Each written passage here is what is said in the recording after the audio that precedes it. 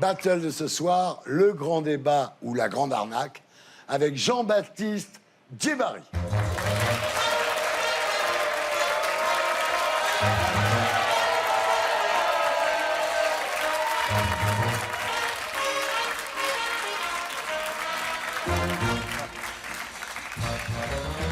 Jean-Baptiste Djebari, bienvenue parmi nous.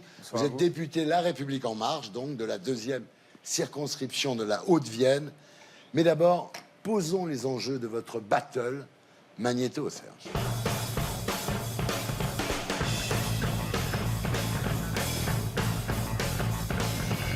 Macron est en tournée à travers toute la France. 12 dates sont prévues pour son one-man show où, à la manière d'un télé-évangéliste, il s'efforce de redonner foi aux Français. J'ai, je crois, répondu, donc on peut reprendre une série de questions. Alléluia! On nous avait promis un grand débat. Pour l'instant, on a surtout l'impression que Macron a lancé sa campagne électorale pour les européennes.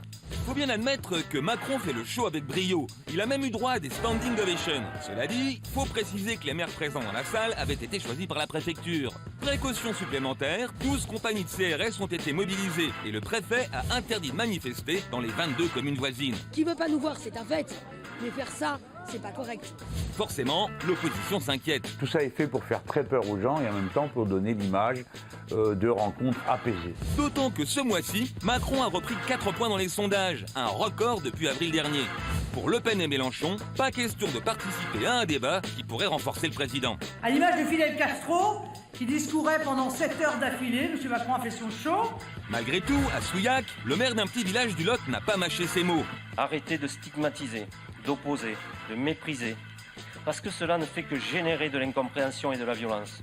Enfin, Monsieur le Président, mais il faut vraiment arrêter de jeter en pâture les plus faibles, les plus précaires, les plus démunis. Si la colère des Gilets jaunes se fait rarement entendre dans la salle, elle reste bien présente au dehors. Pourtant, au-delà du one-man show de Macron, des centaines de débats ont été organisés cette semaine à travers le pays. Il y a un problème de justice fiscale et de justice sociale dans ce pays. Pour 67% des Français, ce débat est d'ailleurs une bonne idée. Mais comme Macron a déjà dit non au RIC et au retour de l'ISF, ils sont presque aussi nombreux à penser que le gouvernement ne tiendra pas compte des résultats de la consultation. Le bon peuple peut toujours exprimer sa volonté. À la fin, c'est Macron qui va décider. Voilà, c'est l'édito de Blacko. Mise en image de Julien Grappe et dessin de Fred Sauchard. Voilà. Alors, le grand débat ou grande arnaque? D'abord, pour rebondir sur ce que disait Marine Le Pen, Fidel Castro ou Hugo Chavez, il parlait pendant 7 heures ou 8 heures, mais tout seul, dans la télé, et tout le monde écoutait. Jeudi, il est allé dans la Drôme, le président, et il s'est infiltré, ou il est intervenu dans une réunion où il n'y avait que des citoyens. Et pendant 3 heures, 4 heures, il a parlé à des citoyens en direct, gilets jaunes ou pas. Donc ça bat un peu en brèche ce qui a été dit précédemment, et je crois que c'est des exercices qui sont d'abord des beaux exercices démocratiques, et probablement des exercices utiles. Et on voit bien que c'est évolutif. Et pour être très honnête, il y a quelques semaines, les maires nous disaient « débrouillez-vous un peu avec votre grand débat ». Il y a 2-3 semaines, il y a une semaine, ils étaient un peu plus intéressés, ils nous demandaient des infos. Et aujourd'hui, ils co-animent, et vous avez plus de 1600 débats qui sont organisés en France, partout, pendant les prochaines semaines. Donc je crois que c'est un moment de démocratie utile. William? C'est un véritable cirque médiatique. Il n'y a aucun doute sur ce plan-là. Je suis convaincu que les dés sont pipés. Il n'en demeure pas moins qu'il a réussi quand même à faire le beau, pardon pour l'expression, et qu'il a marqué des points. Oui, sa cote remonte dans les sondages. Et sa cote remonte. Cela étant, je redis que même s'il y a une embellie, je suis bien persuadé qu'il n'arrivera jamais à retrouver l'Olympe dans lequel il siégeait il y a encore quelques mois.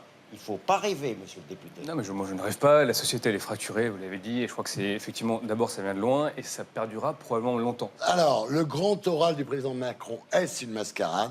Il y a un maire, La France Insoumise, René Revol, qui s'est exprimé dans une vidéo pour dire ce qu'il pensait de ce débat. On va le regarder. Magnéto, Serge. On sort ce soir de la réunion des maires avec M. Macron à Souillac. Et le président Macron a eu l'audace de dire que c'était un débat sans filtre. Or, il n'y a eu que des filtres. Premier filtre, aucun citoyen présent, des barrages à plus de 10 km, des contrôles d'identité dans tous les sens. Et à la fin, quand on est arrivé dans la salle, j'avais demandé à pouvoir intervenir, bien entendu. Et qui présidait le débat? Un ministre. Et aujourd'hui, on a un président qui va, chaque semaine, mobiliser tous les moyens de l'État pour faire sa propagande, pour essayer de gagner du temps. La preuve a été faite aujourd'hui. que ce grand débat national, c'est un grand blabla national qui n'a pas d'autre objectif que de enfumer le peuple. Voilà. Jeudi, il s'est rendu dans la Drôme et il a discuté avec des citoyens pas filtrés, qui ont d'ailleurs tenu des propos assez virulents à son encontre, qui ont demandé la dissolution de l'Assemblée nationale. Pas de filtre, il a répondu et je crois qu'il est assez convaincu. Moi, j'entends ce qui a été dit. Je crois qu'il faut varier un petit peu les formats, sinon d'abord ça va lasser et ensuite, effectivement, il faut avoir une variété de formats pour avoir une variété d'opinions. Quand dans la Drôme, il a rencontré les maires et le maire, M. Pencook, expliquait qu'en fait, ils avaient reçu une sélection de sujets. Donc en fait, on s'est retrouvé quand même comme à Grand Bourserouge où c'est filtré quand même. C'est-à-dire qu'on peut parler tout tant que ça reste dans les sujets qui ont été sélectionnés. Moi, j'entends ce que vous dites, mais les citoyens, dans les réunions publiques, ils parlent de ce qu'ils veulent. Vous avez beau dire, on fait une thématique. Aussi, ils représentent les citoyens. Bien sûr, mais ils l'ont fait. Vous voyez bien que vous avez beau cadrer sur quelle thématique. Ils avaient des thématiques très précises. Les gens, à la fin, ils font ce qu'ils veulent. Là, Macron devant des maires qui fait 4 réunions comme ça, qui va s'exprimer, c'est pas ça le grand débat. Le grand débat, c'est les citoyens qui se retrouvent en mairie, sur Internet, et qui débattent. Ça, ce qu'on voit là, c'est ce que vous faites. Ce qu'on voit là, c'est un exercice de communication qui sert la communication du président de la République. Donc moi, je veux bien qu'on épilogue et qu'on explique, qu'on glose sur cet exercice-là. C'est un exercice de com qui lui a permis de grappiller des points dans les sondages. Effectivement, un exercice de com du président de la République, c'est filtré, c'est millimétré, c'est cadré. Sur les 1600 débats qui sont organisés actuellement, vous avez 40% des débats qui sont organisés par des citoyens, 40% par des élus et à peu près 20% par des associations. Donc, si vous voulez, la pluralité, elle est totale. On sait très bien que ces débats-là entre citoyens, ils vont être passionnants. Ils vont même peut-être poser des questions qui n'étaient pas prévues dans la lettre d'Emmanuel Macron. Et on ne peut que le souhaiter, parce que la lettre d'Emmanuel Macron, à quelques exceptions près, évitait quand même tous les problèmes. Donc, la question, c'est ensuite, ces 1600 débats, mais il se passe quoi? On en a connu des grandes consultations. Moi, j'ai le souvenir de la grande consultation de 2004 lancée par Jacques Chirac sur l'école. Le pipeau le plus absolu. On a fait se réunir des parents d'élèves, des citoyens lambda, même pas plus dans les lycées. Tout ça discutait. On fait remonter. Et en fait, il y avait une commission qui avait été nommée pour décider d'abord quels étaient les sujets qui étaient importants. C'était les mêmes qui faisaient les réformes depuis 30 ans, donc ils ont trouvé que ça allait très bien. On se demandait pourquoi on débattait. Et finalement, cette commission a sélectionné ceux qui devaient faire la réforme. Et la réforme n'avait rien à voir avec ce qui avait été dit. On est d'accord que ça va être ça? Non, je crois pas. Et d'ailleurs, les gens ne supporteraient pas le pipeau. Moi, je pense qu'on est une génération politique qui peut assumer, effectivement, de s'être trompé parfois dans la réforme, dans la méthode, et d'altérer un petit peu le cap et d'aller vers quelque chose d'un petit peu différent. Je pense qu'il y a 4 sorties à ce débat. La première sortie, elle est importante. C'est la restauration, pas que de l'image du président de la République, mais de la classe politique, parce que assez largement, elle est attaquée tout entière. La restauration de ce lien avec les citoyens. Deuxième sortie possible, c'est effectivement de traduire des choses concrètement dans la loi. Je pense que toute la fiscalité, ça se traduit très bien. Il y a une loi de finances tous les ans et on le fera. Troisième option, c'est évidemment tout ce qui va traiter de la vie démocratique. Et je pense qu'un référendum s'impose, ou en tout cas est un élément ou un vecteur, à mon avis, assez pertinent pour parler effectivement du vote blanc, du vote obligatoire, du référendum d'initiative partagée ou citoyen, bref, de toutes les façons dont les citoyens peuvent participer davantage à la vie démocratique. Et quatrième option, c'est de forger du consensus sur des réformes qui sont nécessaires. Et je prends un exemple rapidement, c'est les retraites. Vous faites un repas des aînés, au début, ils vous attaquent sur la CSG parce qu'en fait, ils ont vraiment mal vécu cet épisode-là. Ils vivraient à moins. Oui, mais quand vous commencez à leur demander comment vivent leurs petits-enfants, quel patrimoine ils ont, combien ils gagnent par rapport à leurs petits-enfants, est-ce que leurs petits-enfants pensent qu'ils vont avoir une retraite? Évidemment, ils vous répondent non. Tout le monde s'aperçoit qu'il y a un truc qui déconne dans ce système-là. Et donc, je pense que ça, c'est pas forcément une sortie en dur, mais on peut probablement essayer de forger un peu de convergence et de consensus avec ce grand débat. Et si on fait ça, c'est déjà beaucoup. Bien, Franz, alors, vous êtes favorable au grand débat? Je ne comprends pas très bien comment on peut contester le grand débat. C'est-à-dire que dans la première phase, Macron a été très très mauvais, il faut bien le dire, c'est-à-dire totalement fermé dans son bunker, incapable de réagir. On avait l'impression qu'il était en dépression nerveuse presque, enfin, grosse déprime en tout cas. Et là, il s'est réveillé depuis quelques semaines. Et je trouve que là, on est dans cette première phase un peu merdique, il faut bien le dire. Ces grands débats, ils parlent tout seuls, effectivement, comme Castro ou Chavez. Non, mais ça fait conférence. Des trucs, ça dure des heures. Et à mon avis, ça ne marque pas. Ce qui va marquer à un moment donné, c'est quand il y aura du fight, comme on dit, ou de la battle, comme on dit ici. C'est-à-dire, à un moment donné, il sera confronté à des vrais Français qui vont lui poser des vraies questions. Et moi, je pense que, comme ça, en tout cas, il amorce est-ce que c'est une reconquête dans les sondages? Non, vous savez très bien que les sondages sont très fragiles. Cette affaire-là lui est tombée dessus alors qu'il était au sommet. Il n'est pas à l'abri de ça. Et en fait, il finit son stage, voilà. Il faut qu'il apprenne à gouverner, il faut qu'il apprenne à être humble, modeste, et non pas vaniteux, plein d'hubris sur son Olympe. Et je pense qu'il se passe quelque chose aujourd'hui. Il ne faut pas le nier. Et je vais vous dire une chose même, c'est pas mauvais pour la France. Parce qu'on ne peut pas continuer non plus dans cette espèce de... Moi, j'étais très sévère pour lui, je le resterai. Mais quand même, on ne peut pas continuer. C'est de monter des ressentiments, des haines, les casseurs tous les samedis. Mais ça, où ça nous mène? Enfin, ça pue, quoi. Ça pue grave. Hein. Monia? Moi, évidemment, cette idée de grand débat national, je la trouve intéressante. Évidemment, j'y participerai en tant que citoyenne, mais ma véritable interrogation, c'est en avril, qu'est-ce qu'on va retenir de toutes ces réunions et de tout ce grand débat national?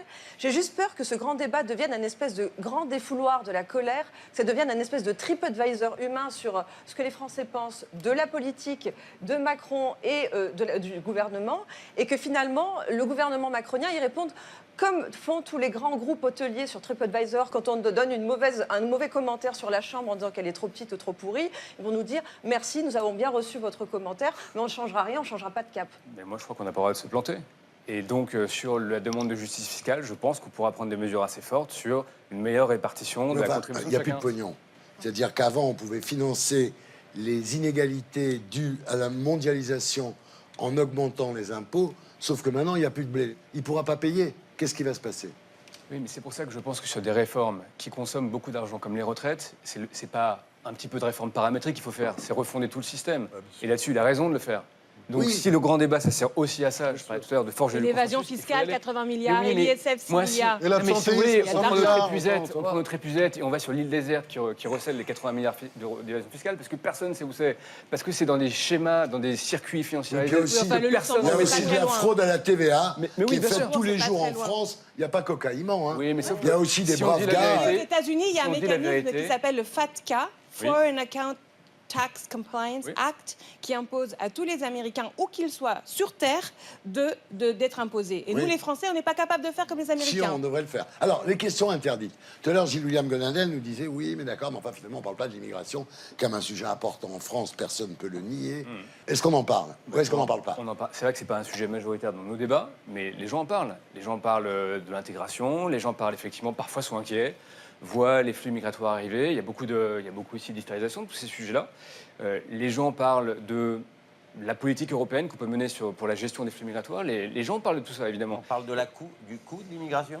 Mais pas beaucoup. Je crois que ce débat, effectivement, il a été mis sous le boisseau depuis très longtemps. Et évidemment, il ressurgit. On voit bien que, notamment, le Front National s'en rengorge parce que, finalement, ça a été son fonds de commerce pendant des années. Donc moi, je pense qu'il faut en parler.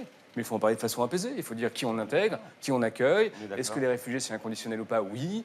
Et une fois qu'on a décidé qu'une personne a vocation à rester sur le territoire français, c'est pas un demi-citoyen, c'est un citoyen à part entière. Bien sûr. On s'en occupe. Il a les mêmes droits. Il a le droit de travailler. Il a les mêmes devoirs aussi. Et oui, la laïcité, c'est important.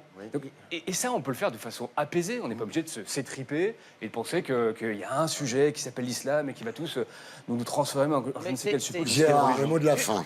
Une remarque sur ce grand débat. Moi, je ne suis pas pour qu'on soit tout de suite en train de se dire à quoi ça va servir. Faisons-le d'abord. Si ça ne sert à rien, on le reconnaîtra. On n'a qu'un mois et demi.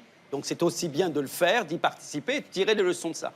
Et il y a une chose qui me semble essentielle, c'est que le président de la République reçoive des gilets jaunes. Je voyais en direct les images à Valence. Il y avait 100 types de vents plus pacifiques les uns que les autres, comme le sont 99% des gilets jaunes. Il ne les reçoit pas. Est-ce que c'est tellement... Ce sont des Français comme les autres, on est d'accord. C'est millions de personnes. C'est tellement simple pour un président. Évidemment, il faut assurer sa sécurité. Enfin, on ne va pas parler de la sécurité, elle est assurée. Il ne se balade pas sans 1000 CRS, non, mais le mec. Je veux dire, si là, jamais il recevait des gilets jaunes... Mais CRS, franchement, est-ce que vous imaginez que si dans tous les endroits où il allait, il avait la possibilité de parler avec des gilets jaunes? Je suis d'accord. Très bien, ça, bravo. Je suis d'accord avec vous. D'accord. Et dans la Drôme, il a parlé à 200 citoyens. Il y avait une trentaine de gilets jaunes qui l'ont interpellé très directement. Donc il le fait. Moi, j'ai toujours pas compris à quoi servait de discuter si, à la fin, vous expliquez que ça va servir à faire la réforme des retraites que vous aviez prévue, à traiter la question de l'immigration comme vous l'aviez prévu, qu'on soit pour ou qu'on soit contre la réforme des retraites, l'immigration, qu'on soit de votre côté ou pas. À quoi ça sert d'aller bavarder entre citoyens, ce qui est essentiel d'un point de vue démocratique, mais si derrière, ça ne débouche pas sur sur une modification de votre politique.